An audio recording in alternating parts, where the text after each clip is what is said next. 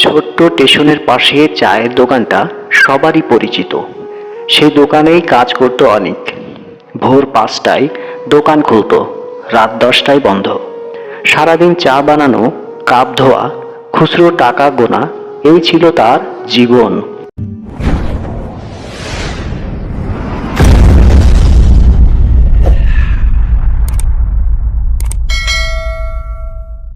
লোকেরা তাকে ডাকত এই চাওয়ালা ছেলে।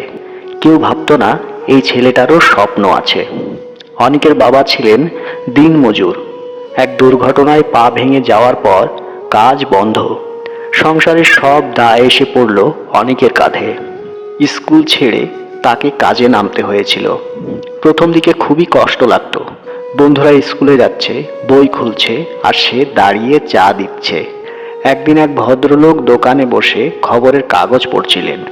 অনিকের হাতে বই দেখে তিনি অবাক হয়ে জিজ্ঞেস করলেন, পড়াশোনা করো নাকি?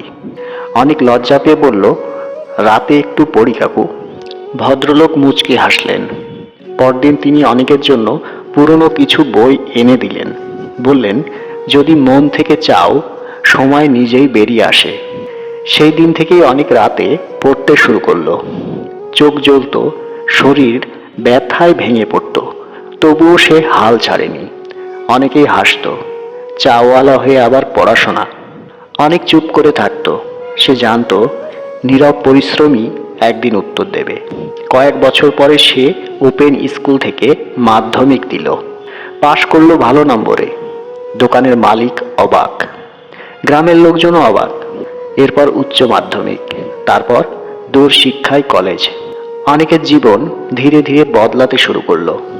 বাবার চিকিৎসা হলো, ঘরে হাসি ফিরল।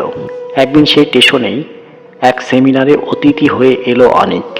মাইক হাতে নিয়ে সে বলল, আমি আজ যা তা চায়ের দোকান থেকেই শুরু। লজ্জা কোনো কাজের নয়, লজ্জা হলো স্বপ্ন ছেড়ে দেওয়া। ভিড়ের মধ্যে অনেক চাওয়ালা ছেলেদের চোখ ভিজে উঠল।